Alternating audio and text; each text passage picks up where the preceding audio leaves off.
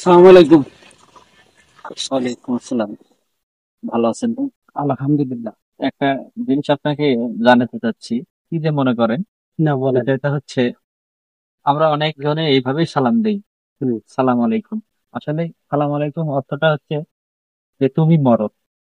আসলে মুসলমান অপর মুসলমানকে সালাম দেয় তার মহব্বত এবং তার ভালোবাসা এবং তার আল্লাহর পক্ষ থেকে রহমত নাযিল হওয়ার জন্য। কিন্তু আমরা আজকে এইভাবে সালাম দিচ্ছি, যে সালামটা আমাদের দেওয়া উচিত, আসলে কিভাবে আমরা দিচ্ছি না। তা আমরা